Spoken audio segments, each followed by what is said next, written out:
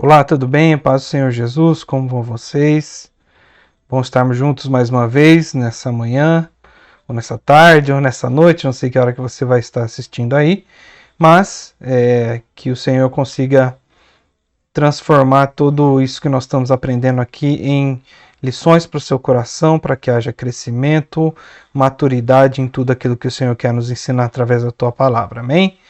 Nós, nessa aula de hoje, aula número 15, nós vamos falar um pouquinho sobre o início do dilúvio, a entrada de Noé na arca. Nós vamos falar um pouquinho do capítulo 7 de Gênesis, do versículo 1 ao versículo 16. E aí os desdobramentos e os detalhes um pouquinho maiores a respeito do dilúvio, eles vão acontecer na próxima aula, ok? Gênesis capítulo 7, verso 1 ao 16, onde você estiver aí, pega a sua Bíblia, para que juntos a gente possa acompanhar esse texto, ok? Antes de nós iniciarmos a leitura, vamos orar, colocar esse tempo na presença do Senhor em nome de Jesus, ok? Senhor Deus, nós te agradecemos, Pai, porque o Senhor é bom, porque o Senhor tem nos sustentado em todas as coisas. Que nessa manhã, que nesse dia, Senhor Pai, que o Senhor consiga ministrar o nosso coração, que a nossa mente seja levada ao trono da tua graça, Senhor, cativa ao Senhor, que nada e nem ninguém possa no Senhor distrair daquilo que o Senhor tem para nos ensinar através da tua palavra. Quanto a mim, Senhor, que eu seja apenas o canal, Senhor, o canal para que o meu irmão, minha irmã consiga ouvir a voz do Senhor e atender aquilo que o Senhor tem a cada um de nós, em nome de Jesus. Amém e amém. Bom, vamos à leitura do texto, então. Gênesis capítulo 7, do versículo 1 ao versículo 16. A palavra de Deus nos diz assim. O Senhor disse a Noé, versículo 1, entre na arca você e toda a sua família, porque reconheço que você tem sido justo diante de mim e no meio desta geração. De todo animal puro leve com vocês 7 pares, o macho e a sua fêmea. Mas dos animais impuros, leve um par, o macho e a sua fêmea. Também de todas as aves do céu, 7 pares, macho e fêmea, para se conservar somente sobre a face da terra. Porque daqui 7 dias farei chover sobre a terra, durante 40 dias e 40 noites, e farei desaparecer da superfície da terra todos os seres que eu fiz. Verso 5. E Noé fez tudo o que o Senhor lhe havia ordenado. Noé tinha 600 anos de idade quando as águas do dilúvio inundaram a terra. Verso 7. Por causa das águas do dilúvio, Noé entrou na arca, ele com seus filhos, a sua mulher, a mulher dos seus filhos. Dos animais puros, dos animais impuros, das aves, de todos os animais que rastejam sobre a terra entraram para junto de Noé na arca, e de 2 em 2, macho e fêmea, como Deus havia ordenado a Noé. Verso 10. E aconteceu que depois de 7 dias vieram sobre a terra as águas do dilúvio, no ano 600 da vida de Noé. Aos 17 dias do segundo mês, nesse dia, romperam-se as grandes fontes do abismo e as comportas do céu se abriram. Verso 12. E caiu chuva sobre a terra durante 40 dias e 40 noites. Nesse mesmo dia, entraram na arca Noé, seus filhos, Sem, Cã, Jafé, e a mulher deles, e a mulher dos seus filhos.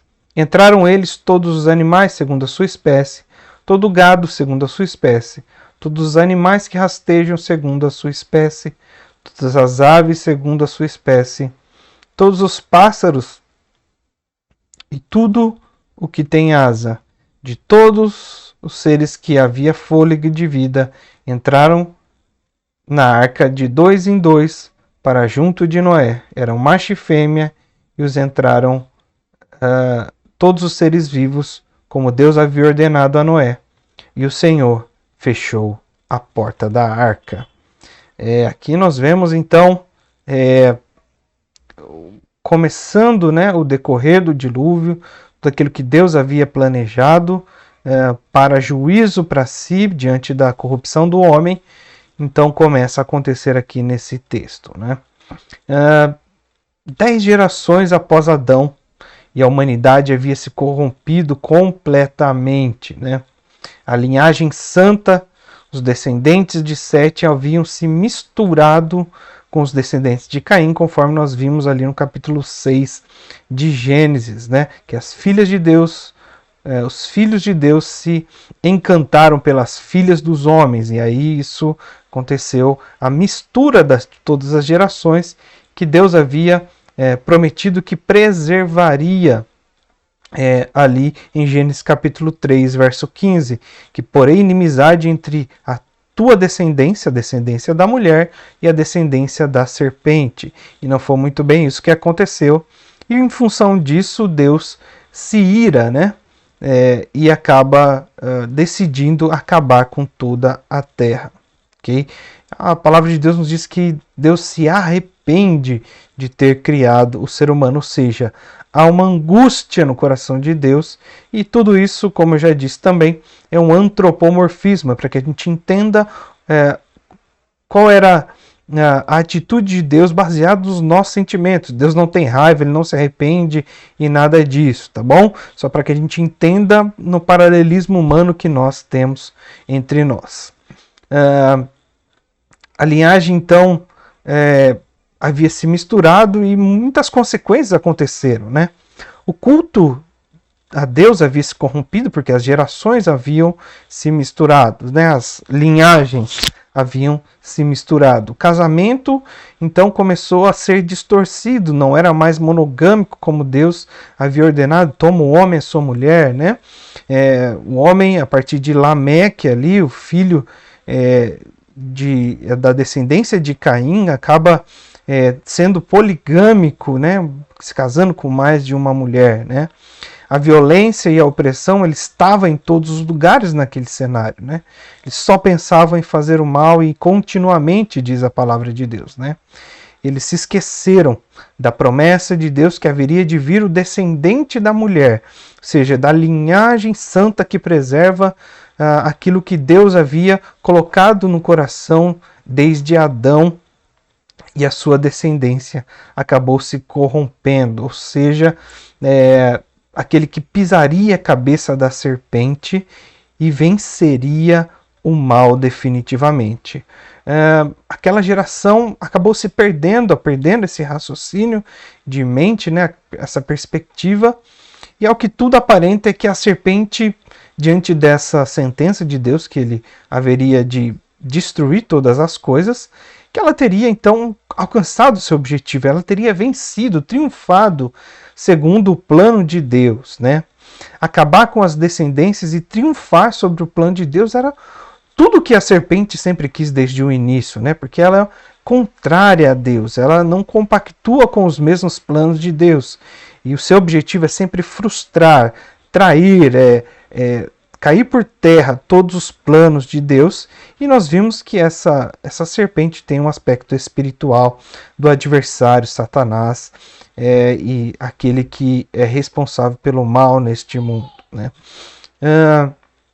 A serpente então havia vencido, pois a humanidade havia se afastado completamente de Deus, o Criador de todas as coisas, o Criador dos céus, da terra, aquele que nos criou, aquele que criou todos os animais e preparou todo o cenário para que nós vivêssemos a tua vontade aqui nesta terra. Então, Deus então chega ao ponto esse de se arrepender, de querer destruir todas as coisas, de ter criado esta humanidade, né?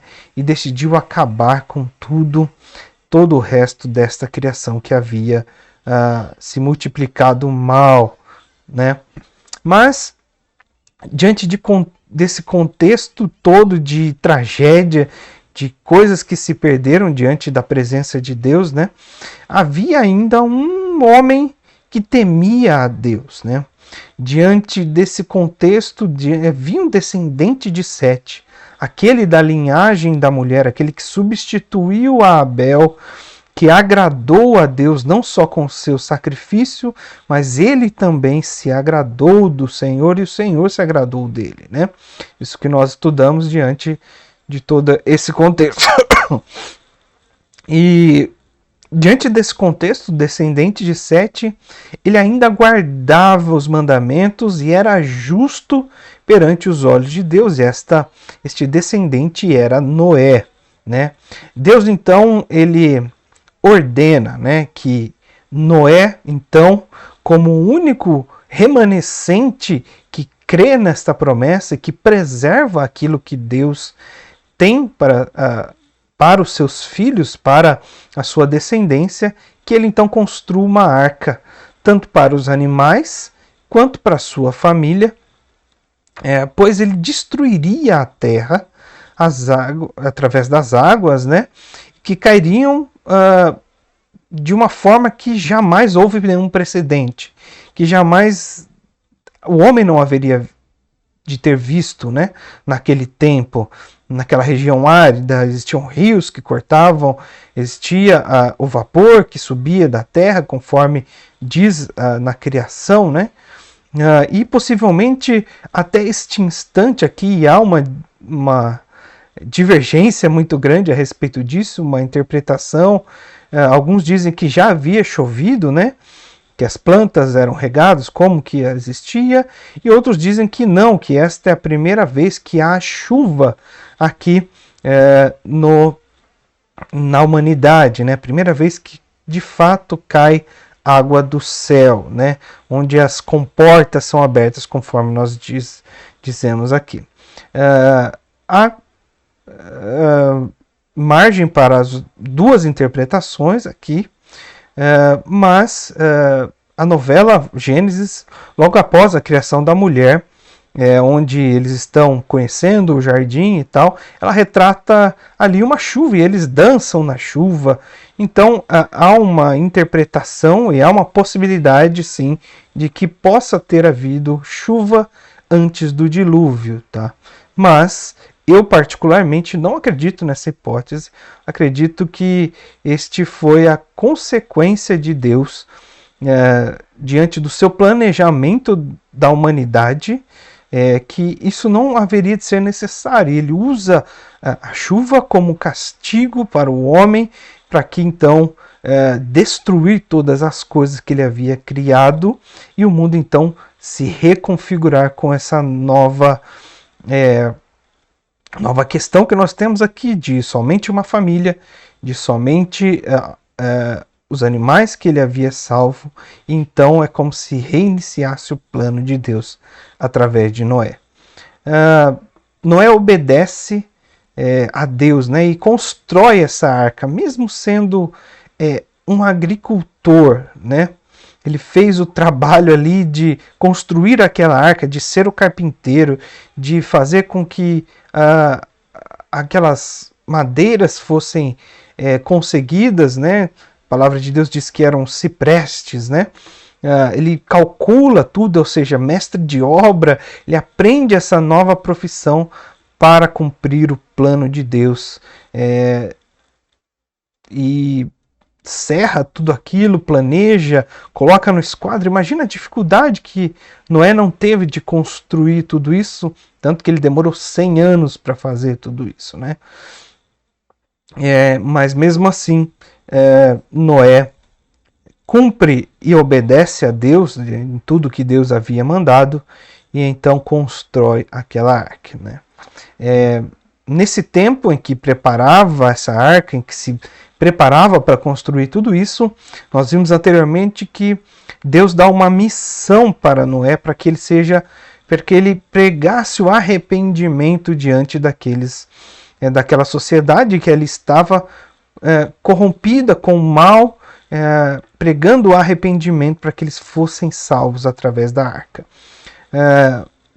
Anunciava então o juízo de Deus àquelas pessoas, anunciava o arrependimento de suas ações, e Noé era hostilizado, era tido como louco, né? E as pessoas não lhe deram ouvidos. E aí então o tempo acabou, né? Noé acabou de pregar e acabou de fazer tudo aquilo que Deus havia mandado, e Deus então começa aqui no capítulo 7, no verso 1, dizendo para Noé entrar na arca, né? Esse texto Deus ordena que Noé entre para que o seu juízo seja manifesto, né? E como era justo diante de Deus, Noé foi poupado conforme Deus já haveria de ter dito a ele todas essas coisas, não é? Então, versículo 1 do capítulo 7, ele já dá a ordem aqui, né? O Senhor disse a Noé: entra na arca, você e toda a sua família, porque eu reconheço que você tem sido justo diante de mim no meio desta geração. A ordem veio então cerca de 100 anos após o início da construção, né? Quando ele finalizou a arca, depois de 100 anos, né? Nesse tempo ninguém ouviu, ninguém se arrependeu durante a pregação de Moisés do juízo de Deus e do arrependimento. Ninguém se quebrantou diante daquilo que Moisés estava pregando, e desta forma o juízo de Deus viria para todos, então, com exceção da família de Noé, né? Noé era justo e Deus reconhece isso, né? Aqui no versículo 1 que nós lemos, capítulo 7, está aqui: porque eu reconheço que tem sido justo diante de mim e desta geração, né? Noé é justo, Deus reconhece isso, mas somente Noé era justo, né? Fazia o que era certo diante de Deus, homem cheio de fé e de esperança, e que representa de fato aquele descendente da mulher, a geração santa, aquele que preservou aquilo que Deus estabeleceu desde Adão, com 7 até as 10 gerações, e apenas Noé que se conservou íntegro, fiel através da fé, né? Noé adorava a Deus como Abel, dando o melhor daquilo que ele possuía, porque ele era justo, né? Porque ele oferecia sacrifícios a Deus pelo melhor que ele tinha, né? Porque ele guardava o sábado, aquilo que Deus instituiu desde lá no início para Adão, né? Então ele cumpria esse mandamento, isso que Deus havia já dado, né? E era casado apenas com uma mulher. Embora a poligamia estivesse se alastrado ali diante daquela sociedade, né? Ele preservou o mandamento de Deus de tomar apenas uma mulher, né? Deus reconhece então que Noé é justo porque ele praticava todas essas coisas, né? E não era justo por si só, né? E aqui nós temos que ter um entendimento que Noé, ele não era santo e irrepreensível, né? Noé sim era justo, mas essa justiça já assinalava, já acenava para a graça de Deus, né? Porque mais tarde nós vamos ver quando a arca desembarca, a água desce, eles desembarcam da arca. Noé, como agricultor, ele planta a vinha, ele fabrica o vinho, se embriaga, fica nu perante seus filhos e amaldiçoa, né? E nós vemos ali que Noé ele não era isento do erro, ele não era isento do pecado que cercava todos os seres humanos, né?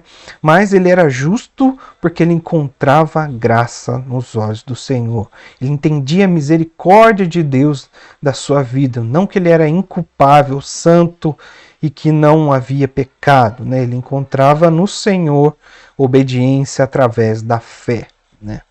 Então, Deus dá a ordem, né? Entre na arca, versículo 2, de modo que animal puro leve com você 7 pares, macho e fêmea, mas dos animais impuros leve um par, macho e fêmea. Também todas as aves do céu leve 7 pares, macho e fêmea, para se conservar a semente sobre a face da terra. Porque daqui 7 dias farei chover sobre a terra, durante 40 dias e 40 noites, e farei desaparecer da superfície da terra todos os seres que eu fiz, né? Então aqui o objetivo de Deus é continuar aquilo que ele havia criado através de tudo que ele havia mandado Noé fazer. Então todas as outras coisas seriam destruídas e Noé apenas que sobreviveria a este dilúvio com a sua família, né? Deus tinha 3 objetivos aqui quando ele fala para que os animais sejam preservados, né? Ele faz aqui uma distinção entre animal puro e animal impuro, né? De 7 pares de animais puros e 7 pares para animais impuros, né? Por mais que essa ordem e esse mandamento seja escrito e descrito e apresentado por Moisés somente lá em Levítico capítulo 11, dos animais puros e dos impuros, o que poderia comer, o que ele não poderia comer, o que ele poderia sacrificar diante do Senhor, o que ele não poderia sacrificar diante do Senhor. Imagina-se aqui que de fato Deus já havia apresentado isso a Adão, por mais que Moisés não registrou isso, porque aqui ele dá ordem, né, de animais puros e impuros. É como se fosse algo de conhecimento comum para todos que estavam ali naquela época. Não há nenhuma descrição aqui a respeito disso, mas há uma ordem de Deus para que isso aconteça, ok? E o que seriam animais puros e impuros, né? A gente vai ver daqui a pouquinho um pouquinho a respeito disso, tá bom? Então, o objetivo aqui era preservar a sua criação. Quando, de fato, o dilúvio acabasse, as águas baixassem, eles saíssem da arca, né? Assim como está descrito lá em Gênesis capítulo 8, verso 17, né? Façam sair também todos os animais que estão com vocês, tanto as aves, quanto o gado, quanto todos os animais que rastejam, para que povoem a terra, sejam fecundos e nela se multipliquem.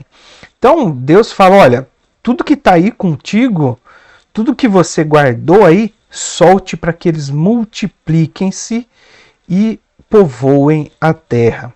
E talvez você já tenha ouvido essa ordem de Deus, né? Aquela ordem que Deus deu para o homem quando ele criou todas as coisas, né? Que ele disse, ide e povoai a terra, né? Quando Deus cria a mulher, ele dá esta ordem a nós, seres humanos, e aqui ele repete esta ordem para que de fato Deus possa reiniciar e povoar a terra com todos esses animais que Noé havia guardado, né? Mesma ordem que Deus dá a Adão lá na criação, né? Segundo ponto aqui que nós podemos destacar é que por que guardar 7 animais puros, né? A palavra de Deus nos diz que Deus se agradava dos sacrifícios que Abel entregou a ele. E a partir dali, então, o culto a Deus ele acabou sendo estipulado que o melhor de tudo aquilo que existia, tanto no rebanho quanto na terra, seria dado ao Senhor em sacrifício, em oferta pela gratidão daqueles que estavam ali colhendo das coisas que o Senhor havia dado, né? E então isso começa a fazer parte do culto a Deus, do relacionamento com Deus. Então Deus manda preservar em número maior para que haja mais abundância, tanto para o culto a Deus quanto para que eles sobrevivessem naquele momento, né? Gênesis 8, capítulo 20, nos dá uma ideia a respeito disso, né? Que Noé, quando sai da arca, a primeira coisa que ele faz é pegar as aves puras e sacrificar ao Senhor em gratidão, né? Gênesis 8, capítulo 20 diz assim: Noé levantou um altar ao Senhor, tomando os animais puros de ave e de aves puras, ofereceu o holocausto ao Senhor sobre o altar. Ou seja, é como se Noé estivesse dizendo, olha, o Senhor destruiu todas as coisas, mas as coisas que sobraram, tudo é para o Senhor, tudo o Senhor tem nos dado. Foi pela graça e pela misericórdia do Senhor que nós estamos aqui. E Noé então adorou ao Senhor depois do livramento que ele recebeu. Isso tem um aspecto teológico muito importante aqui. É como que se Noé estava fadado a morrer eternamente, mas por algum motivo Deus achou justiça nos seus olhos, e é como que se Cristo, através da arca, se manifestasse, mesmo ele merecendo morrer, através da sua fé, ele foi resgatado e não sofreu o dano da morte. E aqui a morte física, de fato, né, de não ser exterminado da face da terra. Então há um aspecto de que a arca, Noé e Deus, eles prefiguram a Cristo salvando a Noé através da sua fé. Né? E isso vai ser descorrido, isso vai ser um exemplo, isso vai ser um parâmetro para toda a Escritura quando se fala a respeito de Noé, que Noé foi salvo pela sua fé. Ok? Terceira coisa que nós podemos aqui afirmar diante desse mandato de Deus de colocar mais animais aqui na arca, né? É que a sua família poderia se alimentar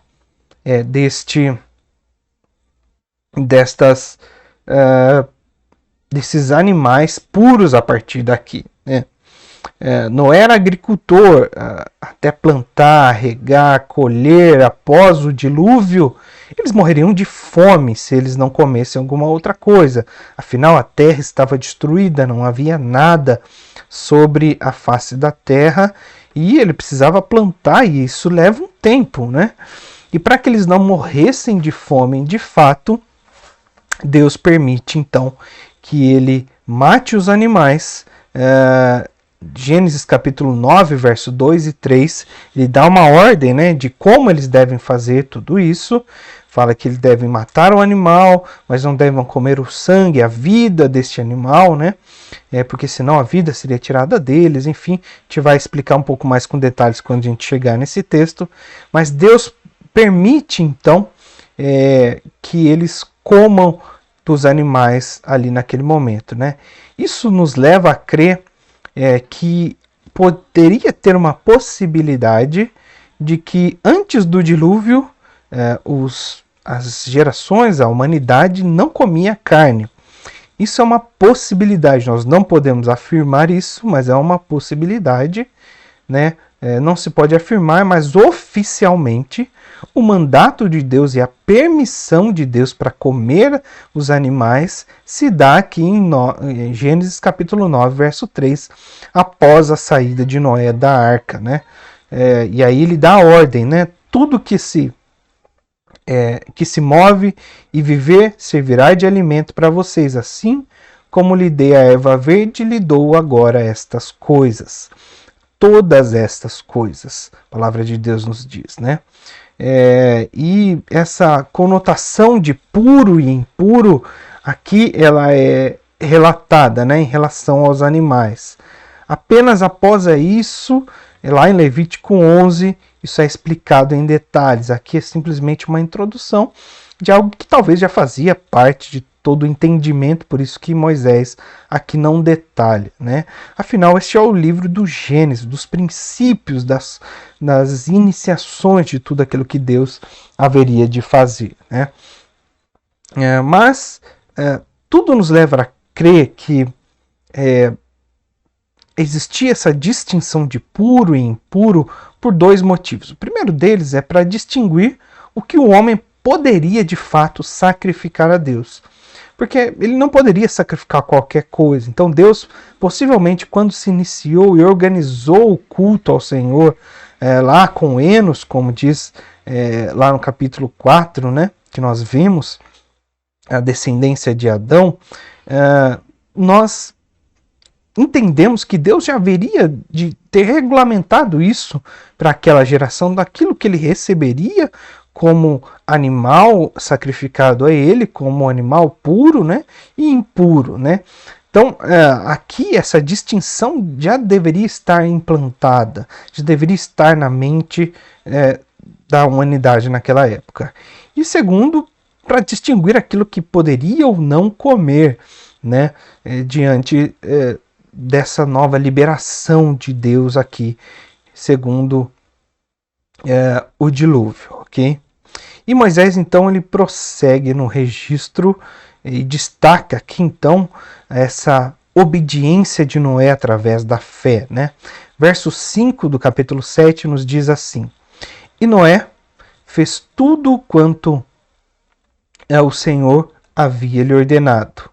Noé tinha 600 anos de idade quando as águas do dilúvio inundaram a terra. Por causa das águas do dilúvio, Noé entrou na arca.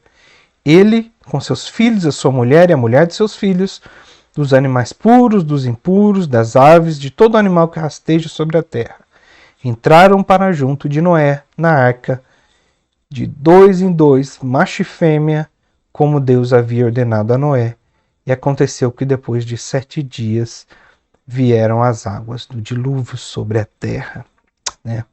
Diante dessa exposição, deste texto aqui, que destaca a obediência de Noé ao Senhor, né, a gente pode destacar aqui 3 coisas. A primeira coisa é que a ordem e a obediência de Noé ela foi exata, foi precisa. No verso 5, ele começa dizendo exatamente isso, né? Noé fez tudo, não só algumas coisas, ou escolheu o que... Não, Noé fez tudo como o Senhor havia lhe ordenado, né? Não foi como Eva, que acrescentou a ordem ao Senhor, diz não toca no fruto, sendo que Deus não havia dito isso, e nem como Adão, que descumpriu a ordem do Senhor. Não.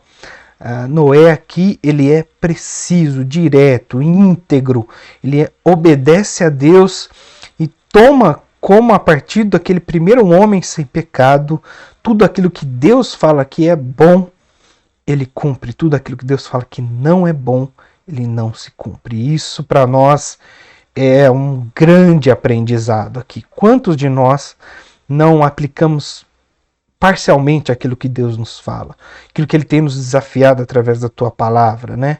E o desejo de Deus, a justiça de Deus para a nossa vida, ela deve ser completa, integral, né? Nós devemos, assim como Noé, cumprir com tudo que o Senhor tem nos ordenado, né? A obediência de Noé, ela acabou não se enfraquecendo, ela não se dobrou de acordo com o tempo, né? Porque imagina só, Noé já era velho, já era idoso, ele tinha cerca de 500 anos quando Deus deu a ordem a ele para que começasse a construir a arca. E por 100 anos ele perseverou. Olha só, imagina, nós muitas vezes fazemos promessas, né, de ano novo. Nossa, o ano que vem vai ser uma nova jornada, um novo ciclo na minha vida. Eu entendo aquilo que Deus... Em janeiro, fevereiro, nós já estamos capenga, né? Então, Noé aqui mostra a força da sua fé, né? E Moisés aqui destaca a idade que Noé entrou na arca. Noé tinha 600 anos de idade. Começou a construir com 500 anos e a sua obediência resistiu por 100 anos e ainda pregando a justiça de Deus, clamando pelo arrependimento daquela geração, né? Muitas vezes nós nos pegamos com tantas dúvidas, né? E Noé aqui durante 100 anos perseverou, né? Não enfraqueceu o seu propósito, perseverou 100 anos na sua velhice, onde ele já podia, poxa, já cumpri meu propósito, já vivi 500 anos aqui, né? Obedecendo a Deus, falando para os meus filhos, e mesmo assim Deus dá o propósito a ele, acha Noé como justo na sua geração e faz com que ele de fato seja salvo de tudo isso em função da sua fé, seu cumprimento e da sua obediência a Deus, né? A obediência de Noé, como eu já disse, era baseada na fé, né? E a palavra de Deus aqui no verso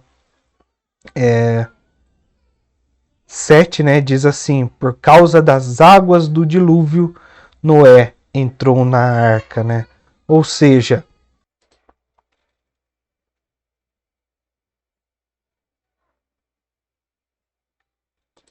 ainda não havia dilúvio, né?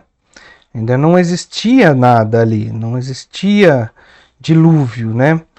Por causa das águas do dilúvio, Deus estava falando, olha, em função disso, mas naquele momento ainda não havia dilúvio, né?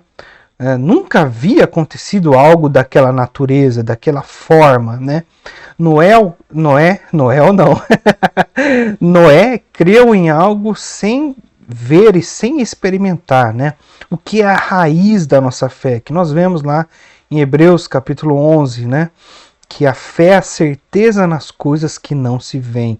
E isso já se encontrava aqui na vida de Noé, né? Algo sem ver, sem experimentar, apenas confiou em Deus. E 7 dias antes do dilúvio começar a acontecer, Deus fala, entre. E Noé obedece, exercita a fé em Deus mais uma vez, sem ver o que haveria de acontecer. E 7 dias ele aguarda até que então começa o dilúvio. Conforme Deus havia anunciado, e aí no verso 11 nós podemos ver tudo isso que haveria de acontecer, o início desse cataclisma, né? Dessas coisas que não havia precedentes anteriormente, que Deus havia de mandar para exercer a sua justiça, né? Verso 11 diz assim: no ano 600 da vida de Noé, aos 17 dias do segundo mês, nesse dia, romperam-se todas as fontes do grande abismo, e as comportas do céu se abriram, e caiu chuva sobre a terra durante 40 dias e 40 noites. Nesse mesmo dia entraram na arca Noé, seus filhos, Sem, Cã e Jafé, a sua mulher e a mulher dos seus filhos. Entraram eles todos os animais segundo as suas espécies, todo o gado segundo as suas espécies, todos os animais que rastejam sobre a terra segundo as suas espécies, todas as aves segundo as suas espécies, todos os pássaros e tudo que tem asa, de todos os seres que havia fôlego de vida, entraram na arca de 2 em 2 para junto de Noé. Eram macho e fêmea, e que entraram de todos os seres vivos, como havia ordenado a Noé. E o Senhor fechou a porta da arca, né? O dilúvio aqui, então, faz parte da história, né? Tem data marcada, olha só que curioso, né? No ano 600 da vida de Noé, aos 17 dias do segundo mês, né? Como se Noé tivesse nascido em 1º de janeiro, né? No ano 600 da vida de Noé, nos 17 dias do segundo mês, ou seja, no dia 17 de fevereiro, né? Se nós assumíssemos aqui com data marcada, dia, hora, e Deus faz então com que o dilúvio aconteça, né? Isso nos remete historicamente que de fato isso não é uma fábula, não é uma invenção, não é uma convenção, não é uma adaptação de qualquer outro conto ou relato de qualquer outra civilização. Não, foi Deus quem deu a sua justiça através do dilúvio. Não é uma fábula, não é algo inventado, é um fato que pertence à nossa história e nos serve de alerta e de lição para que nós possamos nos conservar fiéis. Porque se Deus é capaz de destruir toda uma humanidade e preservar uma pessoa que é justa diante dos seus olhos, Ele pode fazer muita coisa para aqueles que hoje são infiéis a Ele. Claro que nós não vivemos mais nessa época da justiça de Deus, nós vivemos pela dispensação, pela graça do Senhor através de Jesus Cristo, e temos a oportunidade de chegarmos a Deus através de nenhum ritual, mas sim através da fé verdadeira, no descendente da mulher que veio, se fez sacrifício por mim e por você, pagando o meu e o seu pecado, e através de Cristo nós podemos sim ser salvos, assim como Noé foi salvo aqui, através dessa humanidade corrupta e corrompida da sua época. Nós, diante desta humanidade corrupta e corrompida que nós temos hoje diante de nós, que é só pela misericórdia do Senhor, através da fé em Cristo Jesus, nós podemos ser salvos de toda a condenação. Glórias ao Senhor por isso, né? Serve de lição para que nós possamos nos conservar fiéis a Deus. Aponta para um juízo de Deus e a sua salvação pela arca. E hoje nós podemos ter a Cristo como nosso único Senhor e Salvador, né? Verso 11 e 12 vai nos descrever um pouquinho o dilúvio, e diante disso nós podemos ver a água vindo de dois locais especificamente, né? A palavra de Deus nos diz que as fontes do grande abismo, o que são essas fontes dos grandes abismos, né? Tudo nos leva a crer que são as águas do subterrâneo, ou seja, as águas debaixo do céu, a qual Deus havia separado lá no início em Gênesis 1, capítulo 7, né? Que farei a separação entre as águas de baixo e as águas de cima, né? Então se rompe esse compartimento que Deus havia feito para as águas de baixo. E aí ele fala também das comportas do céu que se abriram, remetendo também em Gênesis 1:7 com a divisão das águas de cima, que estavam lá armazenadas para um fim que nós não sabemos, né? Hoje nós podemos apenas supor, né, as águas armazenadas nas nuvens, o temporal, a chuva.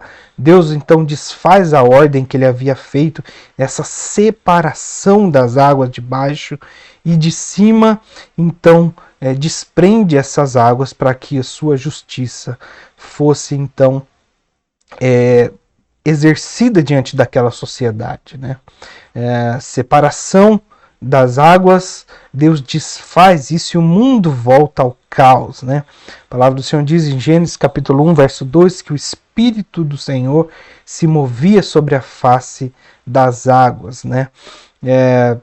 Pela face do abismo, e ali havia caos, né? Que havia e Deus então faz com que esse caos se transforme em ordem, e aqui a terra volta ao caos, volta à sua condição inicial, né? Por conta da perversão, da injustiça do homem, Deus volta atrás do seu plano de constituir um ambiente perfeito, e aqui então, a partir daqui, nós vemos a degradação do homem por si só. Suas idades diminuem, a sua descendência fica cada vez mais curta, no sentido de longevidade, e aqui então o homem começa a morrer de fato, tão somente pela sua perversão, né, por desobedecer a Deus, mas porque também Deus volta toda a esfera terrestre, o ambiente propício contra os seres humanos, né? E segue então a relação aqui daqueles que entraram na arca. Verso 16, 14 a 16 vai dizer aqui a respeito daqueles que entraram na arca, né? Os filhos de Noé, Cã, Sem, Jafé, sua esposa e a mulher dos seus filhos, né? No verso 15 diz que os animais vinham de 2 a 2, da mesma forma com que lá em Gênesis 1 eles se apresentam para que Adão na criação pudesse nomeá-los. Da mesma forma aqui, a palavra de Deus diz que Deus manda vir de 2 a 2 os animais naquele momento, para que de fato eles se salvassem da tragédia que haveria de acontecer, né? E aí a palavra de Deus aqui ela é enfática, né? Macho e fêmea Isso aparece cerca de 5 vezes aqui nessa passagem, né? Essa passagem toda que nós lemos nesse trecho do verso 1 ao 16 do capítulo 7 de Gênesis, né? Indicando então que macho e fêmea é a forma pela qual Deus vai fazer com que o seu plano seja reiniciado, para que eles pudessem de fato povoar a terra, para que de fato eles consigam dar continuidade àquela criação que Deus fez lá em Gênesis 1 e viu que tudo era bom. Então, de acordo com essa ordem de Deus, macho e fêmea, é dessa forma que a descendência irá acontecer, a multiplicação irá acontecer, né? Colocando aqui a ordem em perspectiva bíblica, que este é o desejo de Deus, né? Macho e fêmea, não macho com macho, nem fêmea com fêmea ou qualquer outra coisa. Este é o padrão bíblico, esta é a verdade, né? Este é o caminho natural, esta é a reprodução natural, né? Conforme descrito em Romanos 1, 26 e 27, quando Paulo diz aos romanos, né, que o modo natural das coisas foi distorcido, mas continua sendo plano de Deus, né? Aquilo que ele estabeleceu lá com Adão e Eva, macho e fêmea, Deus o criou, né? Por mais, e Paulo vai descrever exatamente isso aos romanos, porque os romanos, até em Alexandre, tem uma posição um pouco mais definida a respeito disso, que os romanos acreditavam que as mulheres eram vistas apenas para a reprodução e os homens se relacionavam para ter prazer entre si, né? Então Deus aqui, através de Paulo, para os romanos, vem quebrar esta ideia que foi estabelecida desde o Éden, desde o início das coisas, e este padrão de Deus não mudou. E se nós olharmos para a Bíblia, não há como conectar aqui, né, a ideologia de gênero. Nós olhamos para a Bíblia e ela é clara a nos dizer que este plano é o de Deus e é este que nós devemos seguir diante das nossas vidas, né? Deus, então, no versículo 16, diz que ele fecha as portas, né?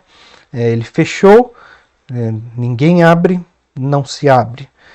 E aqui esta sinalização de Moisés de que Deus fechou a porta, né, é para mostrar que era Deus que estava no comando daquela coisa. Não foi simplesmente Noé que viu uma nuvem chegando, olhou para o céu e disse: agora eu vou me salvar e todo mundo vai. Não. Para mostrar que Deus estava no comando desde o princípio, o tempo todo, desde a construção até o fechamento da porta. Deus é quem ordenou todas as coisas e Noé assim obedeceu, para que ele possa selar o seu juízo diante daquela humanidade que ela estava perversa, corrupta e corrompida, e mostrar que as oportunidades que Noé havia oferecido através da ordem de Deus, segundo de se arrepender, de fazer com que eles se salvassem e se voltassem para Deus, né? Isso não aconteceu, ninguém quis entrar. A imagem da zombaria, a imagem em seguida do dilúvio, começa a chover e a gente fica aqui imaginando, será que eles ficaram desesperados? Será que o pessoal bateu na porta da arca para que Noé abrisse e as pessoas pudessem entrar novamente, né? E aqui nós finalizamos com a palavra do profeta Isaías, que serve de alerta para nós nesta geração e que conclui, né, aqueles que zombavam de Noé diante daquele deserto, diante de tudo aquilo que ele havia executado até o momento. Isaías vai dizer assim, capítulo 55, versos 6 e 7. Buscai ao Senhor enquanto se pode achar, invocá-lo enquanto está perto. Deixe o ímpio o seu caminho e o homem maligno seus pensamentos, e se converta ao Senhor, que se compadeça dele. Torne para o nosso Deus, porque grandioso é em perdoar. Ou seja, nós vivemos pela graça do Senhor. e o Senhor está disposto a manifestar sua graça através de nós, através do seu Filho Jesus. Assim como ele manifestou a sua graça através de Noé, através daquela arca que ele mandou construir e pregar o arrependimento, mas ninguém quis saber. Nosso tempo é limitado, né? Nós não sabemos quando o Filho do Homem vai retornar e como nós seremos achados, né? E como o profeta Isaías disse, né? Buscar enquanto se pode achar. Deixe o ímpio o seu caminho e volte para o Senhor, porque ele é grandioso em perdoar. Então que essa seja o alerta para que nós sejamos encontrados justos como Noé, que nos inspire e nos desafia hoje a sermos como ele, justos através da fé que Cristo nos deu. Amém? Deus te abençoe, excelente domingo, e retornamos a semana que vem com mais desdobramentos aqui a respeito do dilúvio, tá bom? Em nome de Jesus, que o Senhor te abençoe e te guarde nesta semana e que o Senhor possa trazer à sua memória algumas coisas a respeito desse texto que possa transformar a sua vida em nome de Jesus. Até mais, excelente semana para você, Deus te abençoe rica e poderosamente em nome de Jesus. Tchau.